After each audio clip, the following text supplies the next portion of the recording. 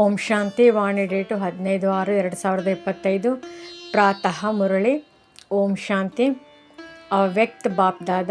Revised ವಾಣಿ date 30/11/2020.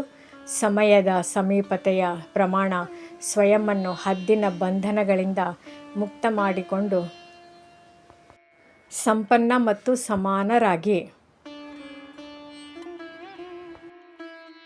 ವರದಾನ: ಸದಾ ಶ್ರೇಷ್ಠ ಹಾಗೂ ಹೊಸ ಪ್ರಕಾರದ ಸೇವೆಯ ಮೂಲಕ ವೃದ್ಧಿಗೊಳಿಸುವಂತಹ ಸಹಜ ಸೇವಾಧಾರಿ ಭವ.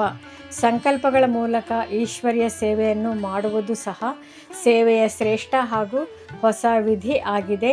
ಹೇಗೆ ಅಕ್ಕಸಾಲಿಗನು ಪ್ರತಿನಿತ್ಯ ಮುಂಜಾನೆಯಲ್ಲಿ ತನ್ನ ಪ್ರತಿಯೊಂದು ರತ್ನಗಳನ್ನು ಈ ರೀತಿ ಪರಿಶೀಲನೆ ಮಾಡುತ್ತಾನೆ: ಇದು ಸ್ವಚ್ಛವಾಗಿದೆಯೇ, ಹೊಳಪು ಸರಿಯಾಗಿದೆಯೇ, ಸರಿಯಾದ ಜಾಗದಲ್ಲಿ ಇಡುತ್ತಿದ್ದೇನೆಯೇ.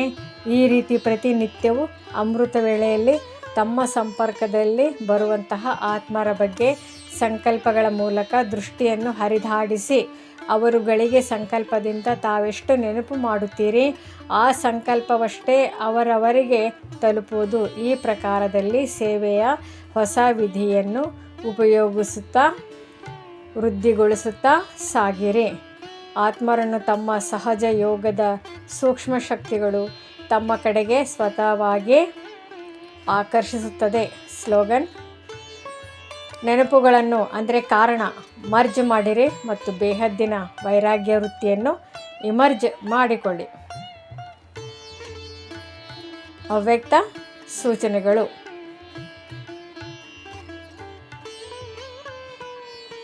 ಆತ್ಮಿಕ ಸ್ಮೃತಿಯಲ್ಲಿರುವಂತಹ ಅಭ್ಯಾಸ ಮಾಡಿ ಅಂತರ್ಮುಖಿಯಾಗಿರಿ.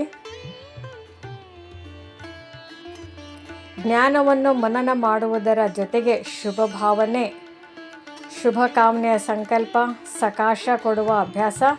ಈ ಮನಸ್ಸಿನ ಮೌನದ ಅಥವಾ ಟ್ರಾಫಿಕ್ ಕಂಟ್ರೋಲ್ ಅಭ್ಯಾಸಕ್ಕಾಗಿ ಮಧ್ಯ ಮಧ್ಯದಲ್ಲಿ ದಿನವನ್ನು ನಿಗದಿಗೊಳಿಸಿ ಎಷ್ಟು ಅಂತರ್ಮುಖತೆಯ ಕೋಣೆಯಲ್ಲಿ ಕುಳಿತುಕೊಂಡು ಸಂಶೋಧನೆ ಮಾಡುವಿರಿ ಅಷ್ಟು ಒಳ್ಳೆಯ ಟಚಿಂಗ್ ಆಗುವುದು ಹಾಗೂ ಅದೇ ಟಚಿಂಗ್ನಿಂದ ಅನೇಕ ಆತ್ಮಗಳಿಗೆ ಲಾಭವಾಗುವುದು.